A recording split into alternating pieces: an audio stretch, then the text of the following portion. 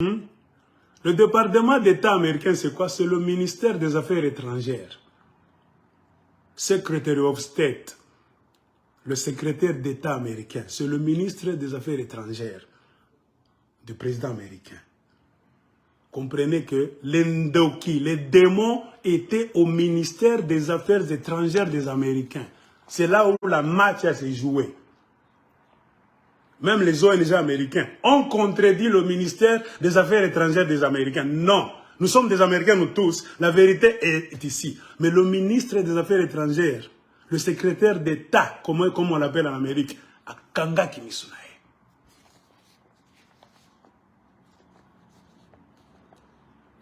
C'est une réunion secrète qui a eu lieu maintenant, au moment même du rapport de l'Église. L'Église donne son rapport. Les Américains ont été obligés d'entrer dans une réunion. Nanga a rendu visite à un responsable de l'ambassade des États-Unis. Il a dit que s'il annonçait le vrai vainqueur de l'élection présidentielle, il serait tué. Nanga est allé à l'ambassade des États-Unis d'Amérique en secret. Il dit, je connais la vérité, moi, Nanga. La vérité est ici. Mais si moi, Nanga, je publie ces résultats, on va me tuer. Des dispositions ont été prises pour un éventuel asile politique par l'intermédiaire de l'ambassade britannique. Les Américains ont dit, pas de problème, comme il y a pression, nous allons t'aider, nous allons te donner un asile politique, mais pas en Amérique.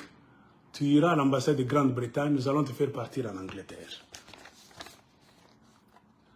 4 diplomates américains basés à Kinshasa et à Washington rapportent, c'est eux qui disent, ils disent nous étions là, ils rapportent quoi? Que Nanga a déclaré ou laissé entendre que Fayulu avait gagné. Pendant que Nanga a visité l'ambassade des États-Unis d'Amérique avec la peur dans son ventre, disant que la vérité c'est ça, si je la publie, on va me tuer. Qui allait tuer Nanga? Kabila. La machine à Kabila allait tuer Nanga. Nanga a dit à l'ambassade des États-Unis d'Amérique, c'est Fayulu qui a gagné. Mais si je le publie, on va me tuer.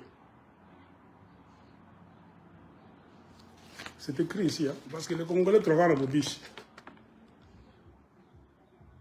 Que Fayulu avait gagné. Ça ne vient pas de moi. Il y avait une conclusion du projet de l'Église avec laquelle les États-Unis étaient d'accord et sur lesquels ils ont agi. Les Américains étaient troublés. Aujourd'hui, d'accord, demain, donc pendant les 3 semaines là-bas. Quelques mois avant les élections, l'ambassade des États-Unis s'était préparée à avaler une victoire attendue de Shadari. Bon, les Américains étaient déjà du mauvais côté. Pendant qu'on faisait les campagnes là-bas, Fayulu, Félix Tshisekedi, Shadari marche à l'ambassade des États-Unis que vous avez à Kinshasa. Elle avait déjà choisi Shadari.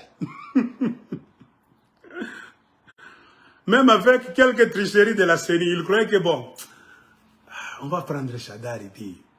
C'est quoi? Les intérêts de l'argent. Au moins, Kabila serait parti. C'est ce que les Américains à l'ambassade des États-Unis se diraient. On va prendre Shadari, mais notre souci c'est que Kabila parte. Mais après le vote, il a trouvé les associés de Kabila profondément inquiets, le chargé de l'ambassade.